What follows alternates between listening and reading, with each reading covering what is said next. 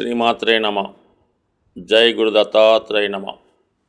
ఈ వీడియోలో మనం తులారాశి వారికి మే 1వ తారీఖు నుంచి 15వ తారీఖు మధ్యలో జరగబోయే పక్ష ఫలితాలు పరిశీలిద్దాం. మరి తులారాశి వారికి రవి బాధకుడు. అటువంటి రవి సప్తమ స్థానంలో చేరాడు, అంటే పైపైచి ఉచ్చులో ఉన్నాడు.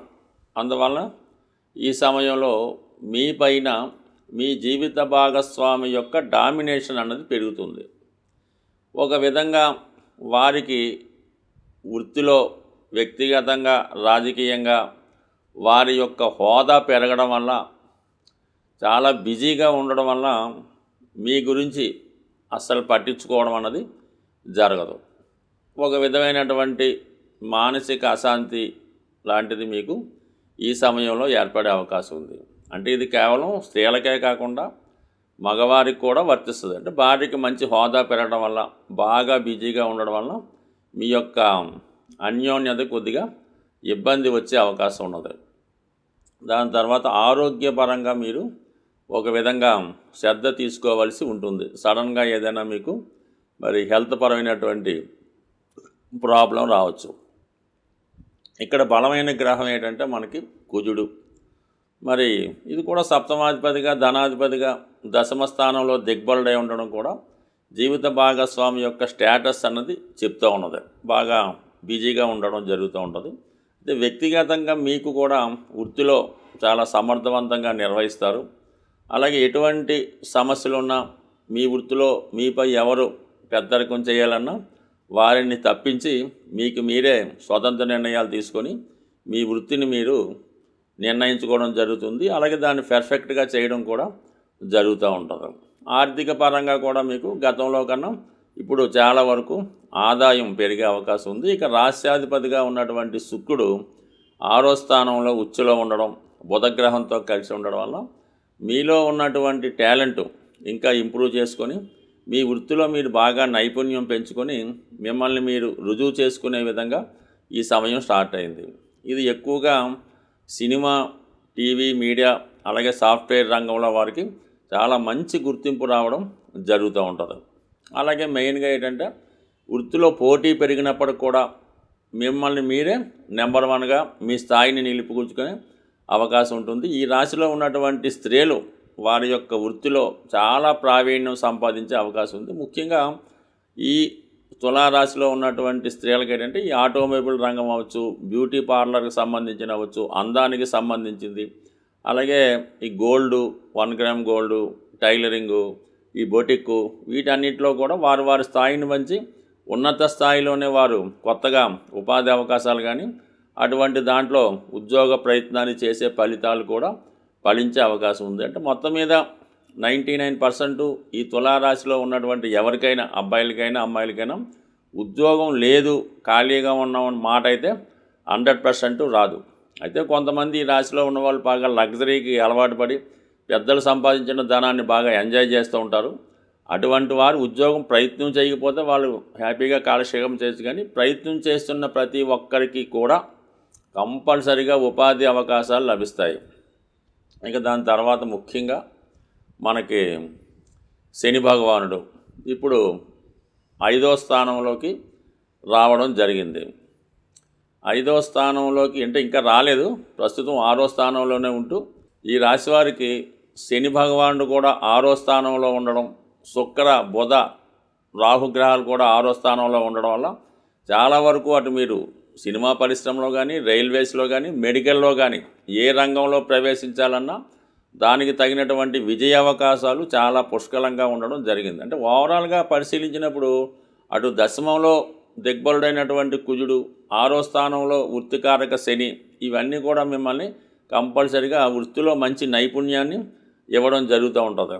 అయితే ఇప్పుడు ఉన్నటువంటి ఈ పరిస్థితి అంటే మే 1వ తారీఖు నుంచి ఏర్పడిన పరిస్థితి ఏంటంటే గ్రహాలన్నీ కూడా ఇంచుమించుగా రాహు కేతువుల మధ్య ఉండిపోవడం జరిగింది.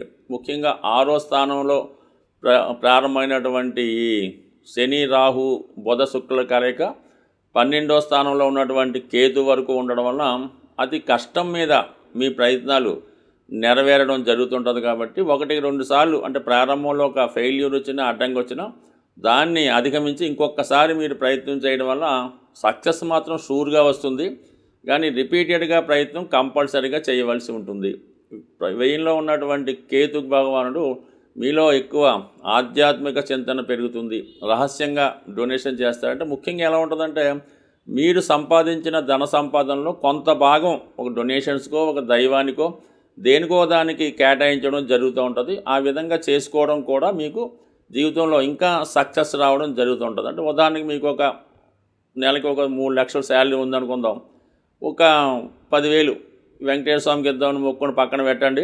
కంపల్సరీగా మీ సంపాదన 10 లక్షలు కూడా చేరిపోయే అవకాశం ఉంటుంది. సాధారణంగా మనం ఇప్పుడు రాసులు, గ్రహాలు, నక్షత్రాల ఆధారంగా ఈ గోచార ఫలితాలు మాత్రమే చెప్పడం జరుగుతుంది 12 రాసుల వారికి కూడా. అంటే ఒకే రాశిలో కొన్ని కోట్ల మంది ఉండడం జరుగుతూ ఉంటుంది. అందరికీ ఒకేలాగన్నది ఎప్పుడూ కూడా ఉండదు. మనం ఇప్పుడు చెప్పిన ఫలితాలు కొన్ని పాజిటివ్ ఉండొచ్చు, కొన్ని నెగిటివ్ ఉండొచ్చు. అయితే ఏంటంటే మీ యొక్క జన్మ జాతకంలో ఆ జన్మ పత్రికలో మీకు ఏదైతే రాసి పెట్టి ఉందో అది మాత్రమే గోచార రీత్యా ఆ ఫలితాన్ని మీరు అనుభవించేలాగా ఈ గ్రహాలు చేయడం జరుగుతూ ఉంటుంది. జాతకంలో లేనిది మనం ఎంత ప్రయత్నం చేసినా గురువు ఎక్కడికి వచ్చినా కూడా జాతకంలో ఉంటేనే ఆ ఫలితం జరుగుతుంది. ముఖ్యంగా సంతానం, వివాహం ఈ రెండు కూడా పూర్వజన్మ సుకృతం బట్టి పూర్వజన్మ ఫలితం బట్టి ఆధారపడి ఉంటుంది. అందువలన గురువు 5లోకి వచ్చాడంటే సంతానం కలుగుతుంది, మీరు చెప్పారు కలగలేదు. సప్తమంలో గురువు వచ్చాడు వివాహం వద్దన్నా రావలేదు అంటే కుదరదు. ఎందుకంటే మీ జన్మపత్రికలో మీరు పుట్టినప్పుడు ఆ బ్రహ్మదేవుడు మీ జీవితంలో వివాహం రాసిపెట్టి ఉంటే వివాహం జరుగుతుంది, సంతానం రాసిపెట్టి ఉంటే సంతానం జరుగుతుంది. ఈ రెండూ లేకుండా జరగలేదంటే కాదు. అందుకని మీరు మీ యొక్క జాతకాన్ని ఇంకా క్షుణ్ణంగా డీటెయిల్గా తెలుసుకోవాలంటే మీరు మీ యొక్క డేట్ ఆఫ్ బర్త్ టైం ఉంటే మీకు తెలిసినటువంటి జ్యోతిష్కుడు, అంటే ముఖ్యంగా ఎప్పుడూ కూడా మీ కుటుంబం ఒక ఫ్యామిలీలాగా, ఒక ఫ్యామిలీకి ఎలాగ డాక్టర్ ఉంటాడో ఒక ఫ్యామిలీ జ్యోతిష్కుడు ఉంటే వారి దగ్గర చూపించుకుంటే మీకు ఇంకా మంచి ఫలితాలు క్లారిటీగా రావడం జరుగుతూ ఉంటుంది. అంటే మీ యొక్క జన్మజాతకం కేవలం మీ బట్టే కాకుండా మీ భార్య, మీ తల్లిదండ్రులు, మీ తోడబుట్టినవారు, మీ యొక్క సంతానాన్ని బట్టి కూడా మీ జాతకంలో ఉన్నటువంటి గ్రహస్థితులు అప్పటికప్పుడు కొన్ని ప్లస్ మైనస్ కూడా ఇస్తుంటాయి. కాబట్టి మీ యొక్క జన్మజాతకాన్ని పూర్తిగా తెలుసున్న మంచి జ్యోతిష్కుడి దగ్గర చూపించుకొని ఆ విధంగా మీరు ఫలితాలను తెలుసుకుంటే మీ జీవితంలో ఉన్నటువంటి సమస్యలు పరిష్కారం అయ్యే అవకాశం ఉన్నది. సో అలాగే ఏదన్నా జాతకంలో బలం పెరగాలంటే పుణ్య కార్యక్రమాల ద్వారా దైవ బలం పెంచుకునే అవకాశం ఉంది. అంటే ఎవరు ఎక్కువగా మనం దానం చేయడం వల్ల, ఇతరులకి సహాయం చేయడం వల్ల, వృద్ధులకి సహాయపడడం వల్ల మీ యొక్క పుణ్యఫలం పెరుగుతుంది. అంటే ఏదైనా అష్టమం అన్నది మన కష్టాలకు కారణమవుతుంది. మనం చేసే ధర్మాల ద్వారా, డొనేషన్స్ ద్వారా కంపల్సరీగా మీ యొక్క అదృష్టం పెరుగుతూ ఉంటుంది. ధర్మం అది చేసేటప్పుడు కూడా అది ఊరిగా పెద్దగా మనం ఈ పేరు చెప్పుకొని పబ్లిక్గా ఇంత దానం చేసాం, ఈ పలానా గుడిలో ఒకసారి ఏం చేస్తుంటారంటే ఏదో ఫ్యాన్ ఒకటి వేస్తుంటారు, దానిపైన పలానా వాడు ధర్మం అని రాస్తారు, అంటే డొనేషన్ అని రాస్తారు. అలా చేయడం వల్ల ఇంకా ఎక్కువ పాపం కలిగే అవకాశం ఉంది. భగవంతుడు మనకి ఇచ్చాడు, భగవంతుడే మన ద్వారా చేయించుకుంటాడు, కానీ మనం భగవంతుడికి ఇవ్వడం అనేది ఎక్కడన్నా ఆశ్చర్యపదం. కాబట్టి అటువంటి ప్రయత్నాలు చేయకుండా సాధ్యమైనంత వరకు మీ యొక్క తాహతను బట్టి, మీ యొక్క స్థాయిని బట్టి కూడా ధర్మం చేయవలసి ఉంటుంది. లేనివాడు ₹1 ధర్మం చేసినా అది అతడి ఖాతాలో ధర్మ ఫలితం కలుగుతుంది. అయితే ఉన్నవాడు వాడి స్థాయిని బట్టి వాడు కూడా ₹1 చేస్తే వాడికి పెద్దగా ఫలితం రాదు, దానివల్ల ఉపయోగం కూడా లేదు. కాబట్టి ఏదన్నా ఒక పని చేసినప్పుడు అది అవతల వాడికి ఉపయోగం ఉండాలి, అది మీ యొక్క స్థాయికి తగ్గట్టుగా ఉండడం జరుగుతుంది. అందుకే మొత్తం మీద ఎక్కువ ధర్మ కార్యక్రమాలు చేయడం వల్ల కంప్లీట్గా మీ యొక్క దోషాలు పరిహారం అవుతాయి. అలాగే మూగజీవులకు కూడా సాధ్యమైనంత వరకు సేవ చేయడం అన్నది మంచిది. స్వస్తి.